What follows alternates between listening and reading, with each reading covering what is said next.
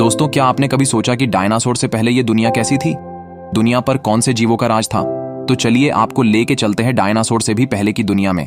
आगे बढ़ने से पहले वीडियो को लाइक, शेयर और सब्सक्राइब कर हमें मोटिवेट करें ताकि हम ऐसे ही और इंटरेस्टिंग वीडियोस आपके लिए ला सके।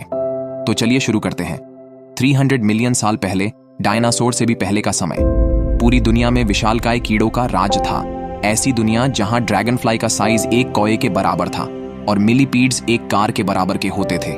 इस पीरियड को कहते हैं कार्बोनिफेरस पीरियड। इस टाइम में ये सभी इंसेक्ट्स इतने बड़े क्यों थे?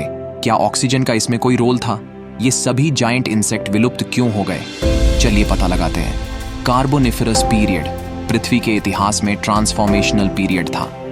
धरती ट्रांसफॉर्म होकर सुपर कॉन्टिनेंट पंजिया में बदल रही थी। तब सिर्फ विशालकाय कीड़े ही नहीं थे जो धरती में घूम रहे थे।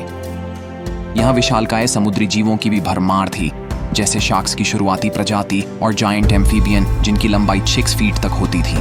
तो अब समय में पीछे चलते हैं। 300 मिलियन साल पहले कार्बोनिफेरस पीरियड में पहली चीज जो आप देखेंगे वो होंगे जायंट इंसेक्ट्स, जिनमें से एक है द मेगान्यूरा। ये आज के ड्रैगन फ्लाई से मिलता जुलता है, लेकिन इसके पंखों का फैलाव 30 इंच है और ये एक कार्निवोरस है और दूसरे कीड़ों और एम्फीबियंस का शिकार करता है। होप ये आप पर अटैक ना करे। ये तो आसमान में है, लेकिन नीचे जमीन पर आपके सामने है मिलीपीड जैसा क्रीचर आर्थ्रोप्लोरा। ये 8 फीट तक के होते हैं। आपके लिए अच्छी बात यह है कि ये मांसाहारी नहीं है। इससे भी खतरनाक इंसेक्ट जिससे आपका सामना होगा वो है पुल्मोनोस्कॉर्पियस। ये है एक विशाल बिच्छू जो दलदली क्षेत्र में पाया जाता था, जो कि 28 इंच तक का होता था।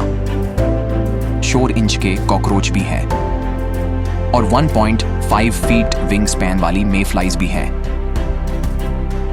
तो आपके देखने के लिए बहुत कुछ है इस पीरियड में, लेकिन सवाल ये है कि उस समय में ये इंसेक्ट्स इतने बड़े कैसे हो गए? तो कार्बोनिफेरस पीरियड में घूमते हुए आप बहुत ही एनर्जेटिक और अलर्ट फील करेंगे और हो सकता है वहां आपको दौड़ना बहुत ही आसान लगे।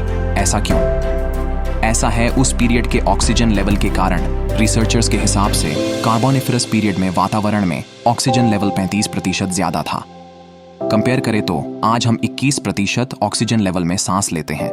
उस समय में जीवों के विशाल होने का मेन कारण है ऑक्सीजन, लेकिन ऑक्सीजन से वो इतने विशाल कैसे हो गए? इंसेक्ट्स बाकी जीवों की तुलना में अलग तरीके से सांस लेते हैं। इंसेक्ट्स में ऑक्सीजन के सर्कुलेशन के लिए सर्कुलरी सिस्टम नहीं होता। ऑक्सीजन डायरेक्टली इनके टिश्यू में जाता है छोटे छोटे ट्यूब्स के नेटवर्क से, जो है ट्रेचिया। तो वातावरण में जितनी ज्यादा ऑक्सीजन होगी उतने ही विशाल होंगे ये इंसेक्ट्स। लेकिन कुछ और थियरी भी है कि क्यों ये इंसेक्ट्स इतने विशाल हैं। एक थियरी के हिसाब से ऑक्सीजन टॉक्सिसिटी के कारण फोर्सफुली ये इंसेक्ट बहुत बड़े हो गए। हाँ, ऑक्सीजन के बारे में हम बहुत से अच्छी चीजें जानते हैं, इसके बिना तो हम जिंदा भी नहीं रह सकते। लेकिन आपकी बॉडी में बहुत ज्यादा ऑक्सीजन फ्री रेडिकल्स क्रिएट करता है। ये अनस्टेबल मॉलिक्यूल्स होते हैं जो आपके सेल्स और आपके डीएनए तक को डैमेज कर सकते हैं। 300 मिलियन साल पहले इंसेक्ट्स को फोर्सफुली बड़ा होना पड़ा। अगर ऐसा ना होता तो उन्हें सामना करना होता ऑक्सीजन टॉक्सिसिटी का। बड़े आकार का होने के कारण ऑक्सीजन अब्जॉर्प्शन स्लो हो जाता है। अब आप जितने ज्यादा समय तक वहां घूमेंगे, आपकी बॉडी में ऑक्सीजन लेवल बढ़ता जाएगा, आपका जी मिचलने लगेगा और आपके नर्वस सिस्टम पर भी असर पड़ने लगेगा। इन विशाल इंसेक्ट्स ने इस पीरियड में राज तो किया, लेकिन कुछ मैसिव चेंज भी एक्सपीरियंस किया। इस टाइम को कहते हैं कोल एज, क्योंकि इस समय एंशिएंट फॉरेस्ट के डिके होने से विशाल कोल बेड्स का निर्माण हुआ। यही कोल बेड्स आज हमारे मेन एनर्जी सोर्स है और जो हम सब्जी और फल खाते हैं वो भी 300 मिलियन साल पहले के पेड पौधों के ही डिसेंडेंट्स हैं। कार्बोनिफेरस पीरियड में डाइवर्स इकोसिस्टम का निर्माण हुआ। रुकिए, वो क्या है? वो एक डायनासोर की तरह लग रहा है? नहीं, ये है दुनिया का पहला रैप्टाइल, कुछ मिलियन साल। और यहां रुकने के बाद हम प्रवेश होंगे मेसोजोइक एरा में, जिसे कहते हैं एज ऑफ डायनासोर। पृथ्वी में अब ग्रीन हाउस जैसा वातावरण है। फिर कुछ मिलियन साल बाद पृथ्वी एंटर होगी आइस स्टेट में। ऐसा क्यों हुआ? इस पीरियड में अर्थ लैंड मैस मूव होकर बन रहे थे सुपर कॉन्टिनेंट।